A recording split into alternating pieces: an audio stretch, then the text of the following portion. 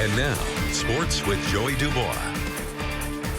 Idaho State softball with an up-and-down season thus far, but riding high heading into today's home opener after winning 4 straight at last weekend's Aggie Classic. Starting off the home slate today with a doubleheader against Sacramento State.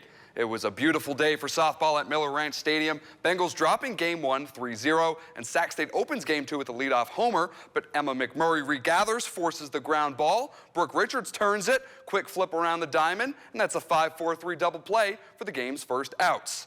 But the Bengals get a runner on, then Rianne Lewis at the plate lays down a bunt, and she gets into first safely as well. The Bengals are threatening now in the bottom of the frame.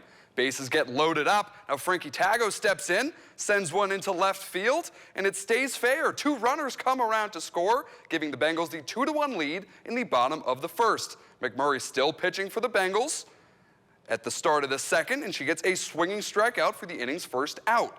But a little bit later on in the frame, the Hornets' Amber Rodriguez at the dish, and she gets a hold of one. Ends up over the fence in left center. The 2-run shot retakes the lead for Sacramento State. This one was chock full of home runs, one for the Bengals, but a couple more for the Hornets in the third. An absolute bomb from Lexi Webb. A no-doubter off the bat. The solo shot extends the lead. A 7-run 6th inning puts the nail in the coffin in this one. Sac State wins it 11-4. And a look at some baseball scores from out west. A tough day for Highland, losing one that was closer than the final score suggests in Game 1 and falling to a talented Lewiston team in Game 2. Century also in action, falling to Fruitland 13-5, and Marsh Valley with a couple of wins, including winning 13-8 over Nampa Christian. A big night for the Bucks and for Bonnie Olson, the first woman to call a game for the Milwaukee Bucks, nobly making her debut during Women's History Month. Olson has been a public sports announcer for more than 2 decades in the Wisconsin area. Even though she's the first woman to announce a Bucks game, Olson says she won't be the last. This is the first time I'm sitting behind the mic at Pfizer.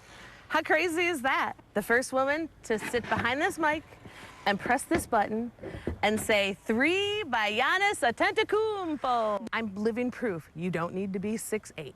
You don't need to be really fast runner or great sports star to make history and be involved with professional athletics.